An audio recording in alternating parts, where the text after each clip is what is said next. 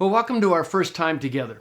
And what I want to do is introduce myself briefly, and then I want to get into the question of why. Why do you want to learn a little bit of Greek? And I want to set some goals for us as we walk through the Biblical Greek Primer video series.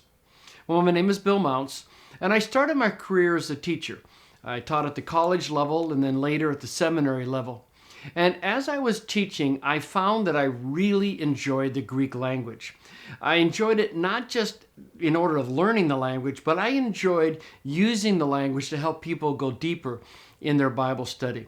I also found out that I like to write. I like to create tools to help people. And so I wrote Basics of Biblical Greek, a first-year grammar, and I've written other reference books and supporting materials.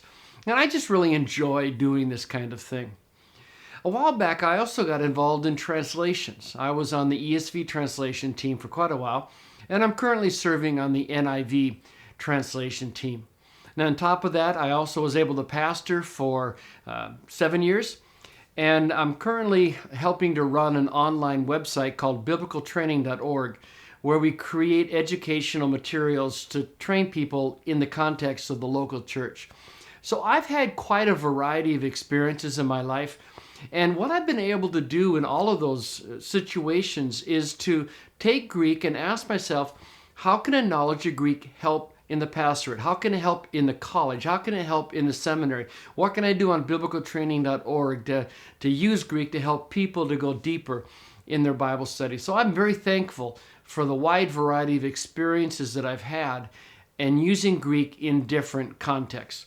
Now, if you want to know more about me, you can go to my personal website, which is billmounce.com, and you can see more if you want to. Okay, why are we doing this?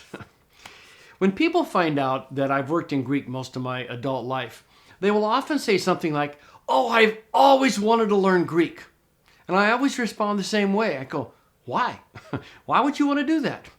Well, sometimes I'll have someone say, I want to pick up a Greek Testament and I want to just be able to read it. I'll go, great. That's what Basics of Biblical Greek is all about.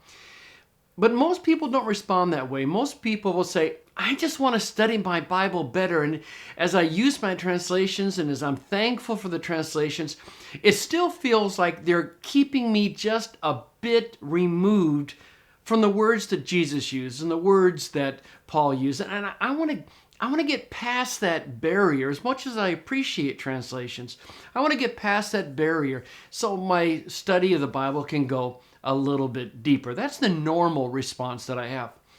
So when I finished Basics of Biblical Greek a while back, I sat down and I said, okay, what can I do? What can I do to help people who are willing to use the tools like computer programs and who need to learn a little bit of Greek? Is there anything that I can do to help? Is there any goal that they could achieve learning a little Greek and using the tools? And I decided that there really was. And so I wrote, in essence, a trilogy of books to help this kind of person in this situation. So I started with a textbook. It's called Greek for the Rest of Us. And I'm currently in the midst of doing the second edition, which is fun because I get to do these videos in conjunction with the second edition of the book.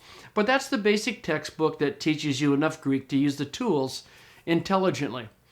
And then I got involved in word studies. And I was a general editor of a book called Mounce's Complete Expository Dictionary of Old and New Testament Words.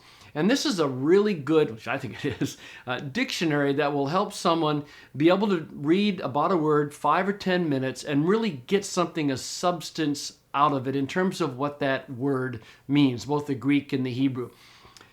And then I started working on interlinears, and I created the concept of a reverse interlinear, or what I also call an English-Greek interlinear. An interlinear where English is the dominant language, and then the order of the Greek is altered to match the English. And then when I was done with that, Zonovan asked me if I would also do some more traditional interlinears where the Greek order is maintained and English is altered to match the Greek. And so I've built quite a few interlinears, and I'm working on the basic data that is being used by some software companies, to actually take that interlinear information and make it available within their computer program. So that's the trilogy of books, in essence, that I've been working on. The textbook, Greek for the Rest of Us, a word study book, Mounce's Complete Expository Dictionary, and then some interlinears. And like I said, I'm working on the second edition of Greek for the Rest of Us, and what I decided to do was to do a 3-part video series. And the videos parallel the 3 parts of the second edition of Greek for the Rest of Us. And so I'm involved in all of that right now and enjoying it thoroughly. All right. The basic issue that we have in all of these, why we need to have tools, is that the New Testament is not written in English. English wasn't a language until the 2nd millennium AD. The New Testament is written in Greek. The Old Testament is written primarily in Hebrew. A few verses are written in Aramaic. But the New Testament is written in Greek, and we don't speak Koine Greek or Hellenistic Greek anymore.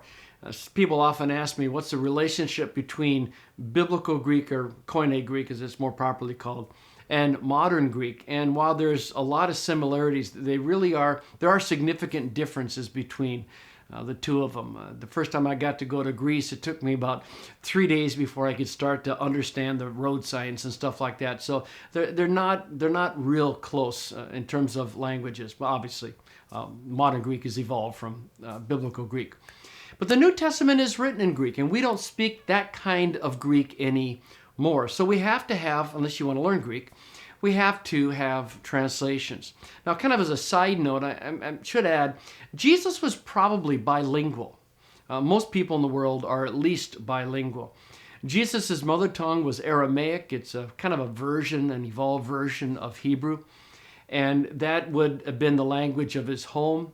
But in that day and age, if you wanted to travel, if you wanted to do commerce, if you wanted to communicate with a larger group of people, you had to know Greek. And so most people are convinced that Jesus was fully bilingual in both Aramaic and Greek.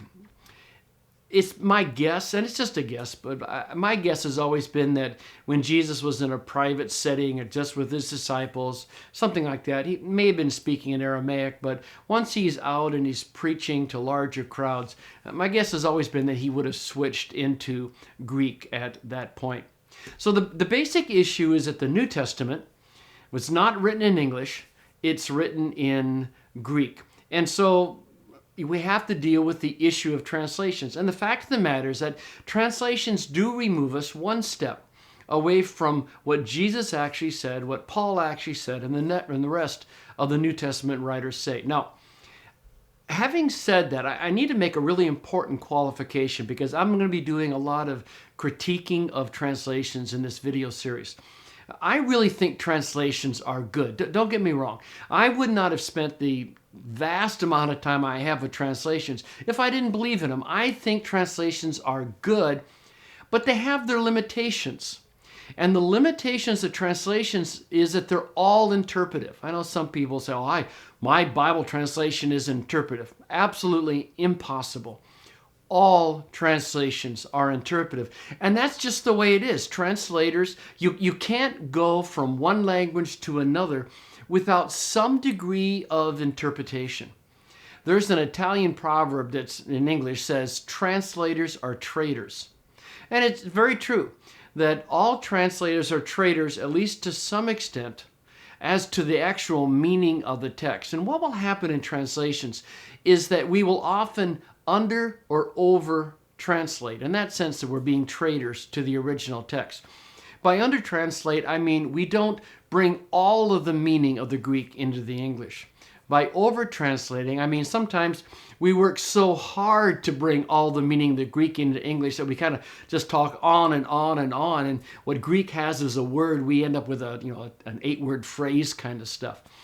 But that's just the nature of translations. You cannot go exactly, smoothly, precisely from one language to another. There always is going to be some interpretation, which is why our Bibles have some difference. And the reason this is ultimately true is that languages aren't codes.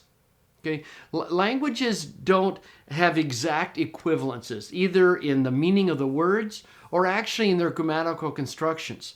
For example, what the Greek means with a present tense verb can be considerably different from what we mean in English with a present tense verb.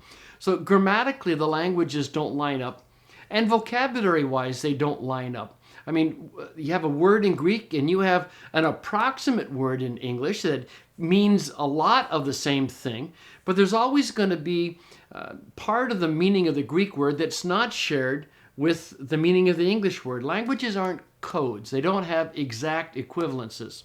I'll give you a couple of examples. You think of, well, what words should have exactly the same meaning in multiple languages? Well, what about the word one? Okay, in Greek, the word is heis. And then, well, certainly one means one, whether it's Greek or English, right? Well, actually, sometimes when you translate heis, you translate it as the indefinite article, the word a. In other words, heis can mean one, as in number one, or it can mean a, like an apple. That's just the word a and the word heis don't line up exactly over each other. Another good example is the Greek word ha. Now, the Greek word ha is often translated as the, and so there's a lot of overlap in meaning between ha and the. But they don't line up exactly, and ha actually is very, very flexible. Sometimes ha can be translated as he or she. Not the, but he or she. And there's many, many different ways that ha can be translated. In fact, sometimes ha is used in a way that it indicates a grammatical relationship, and you can't translate it in English. There's no way to bring it into English. It's performing a grammatical function. It doesn't have a meaning in the normal sense of the word. Well, its meaning is grammatical, not vocabulary. So all that to say, languages aren't codes. They don't line up right on top of each other. And so in order to move from one translation to the next, you have to be interpretive. And that's just the nature of languages. And it's why our Bibles are a little different. So that brings us to the primer, the Biblical Greek primer. Because of what we have to do with translations, what we want to do in this video series is learn a little bit of Greek. Not a ton of it, but we're going to be learning a little bit of Greek. And I have some very distinct goals for this video series. The first is to make sure you know the alphabet, pronunciation, and something called transliterations. You have to get comfortable with the script of the Greek alphabet and to be able to see it in a book and understand it, to be able to say it, and to not be frightened of it, or in some people's cases, perhaps terrified of it. There's nothing terrifying about Greek, okay? It's just a different looking language compared to English. So we're going to learn the alphabet and transliterations, and then we're going to go into something called inflection. Now, once you get past the script, the thing that makes English and Greek most different is this whole issue of inflection, that words change their form based on their meaning and their function in the sentence. That's what inflection is. And what we're going to be using are the Strong's numbers to link all these things together. And that'll make more sense once we get into the primer series. So we're going to learn about inflection. We're going to learn about Strong's numbers, because I want you to be able to use a Strong's Bible. I want you to be able to pull up John 3:16, for God so loved. You click or tap on loved. It says that it's number 25. What do you do with that? All right, I want you to be able to take that number and the other information that your computer program perhaps is showing you. It's in third person singular, aorist, active, indicative, whatever that means. I want to be able to take that stuff and have it make sense to you, because I also want you to not only be able to do your word studies in Greek, but I want you to get better commentaries and better dictionaries. I don't want you to have to read the old ones that are so flat and there's not that much to them that they're not really helping you learn to study your Bible better. And so it's not just word studies, but it's better dictionaries and better commentaries. So that in essence is what this series is all about. Make sense, learn enough Greek to make sense of a Strong's Bible and to be able to get into better tools, word studies, dictionaries, and commentaries. That's the goal of the Biblical Greek Primer video series. Now, I'm going to be working on 2 other video series, just so you're aware of them. The next one is called Church Greek. And the idea of Church Greek is to teach you a little more Greek so that you can make sense of reverse interlinears and get better dictionaries and commentaries and word study books. And then the third series is called Functional Greek. And the goal there is to teach you even more Greek so that you can make use of traditional linears, and again, better commentaries and better dictionaries. Now, if you go through, let's say this first one, what I'm really hoping to do is to whet your appetite. I want you to take the primer and go, hey, I did that. I didn't think I could learn Greek a little, but I could. Hey, that could. I can go to the next step. And I want you to go to that next step and go, maybe that's enough for you, but you may say, hey, this is fun. I really can keep going deeper and move up to functional Greek. And if you just love functional Greek, you may want to go to Basics of Biblical Greek, my traditional textbook, and learn Greek in a traditional way. So what I'm trying to do is to give you a smooth journey through Greek of learning a little bit and getting real rewards, meeting your goals, and then asking if you want to go deeper. So that's what's going on in these 3 video series. Now, I talked about a Strong's Bible, and I want to make sure it's really clear in your mind what I mean by a Strong's Bible. When Dr. Strong came up with this concordance, and one of the lessons in this series is more information about Strong. Well, when Strong wanted to do his concordance, he had to do a numbering system. He had to get a number to every Greek and every Hebrew word. And we use those Strong's numbers to tie Greek and Hebrew to English, specifically for people that haven't fully learned the language. And so what a Strong's Bible is a Bible where you can pull up, again, we'll use John 3:16 as an example. You can pull up John 3:16 and you go, for God so loved the world, and you can say, well, I wonder what Greek word is translated loved. And you can click or tap on it, and it's going to give you information. It's going to give you a number, and depending upon your software program, it may give you other things like like I said before, third person singular, aorist active indicative. And the question is, what do you do with that? How does that information impact your Bible study? Well, it certainly can impact you in terms of your word studies, but I also want it to be able to impact you, as I've said, to be able to get better dictionaries and especially better commentaries, and to be able to really wrestle with the text using the Greek language, even though you haven't fully learned Greek. I don't want you to be frightened of resources. Another way to say it. I don't want you to be frightened of resources that have Greek in them. And there's some really good commentaries and books out there that you should be using, and you can with a little bit of Greek. Now, I also want to say something about the screencasts that you're going to be looking at. Every lesson breaks into 2 different parts. The first part is this lesson. And as I said in one of the earlier lessons together, this is my home. This is my home office. I live in Washougal, Washington. And it's going to be a pretty generic kind of, here's the data you need to know. But then what I'm going to be doing is dropping down into what are called screencasts. And in the screencasts, you're going to actually see my computer screen, and you're going to see me working with a Bible search software and taking what I just taught you and applying it. These are really, really important times. It's a time for you to have a hands-on experience. It's a time for me to review what I've taught. It's a time for you to actually see how this information can affect your Bible study and help you to go deeper. But there's something else that I want to do during these screencasts, and that is the whole issue of application. Now, why are you wanting to go deeper in your Bible study? Well, if your purpose of going deeper in Bible study is to be able to say, to a small group perhaps, say, well, this verb is an aorist, then this is a complete waste of time. There is a biblical word for people who just want to accumulate data. What's the word? It's Pharisee, isn't it? Yeah, a Pharisee, that's about the accumulation of data, and that's not what Bible study is about. Bible study is about getting to know the words of God so that you hear the voice of God, so that you can be transformed by the Spirit of God, right? That's what Bible study is all about. It's about transformation.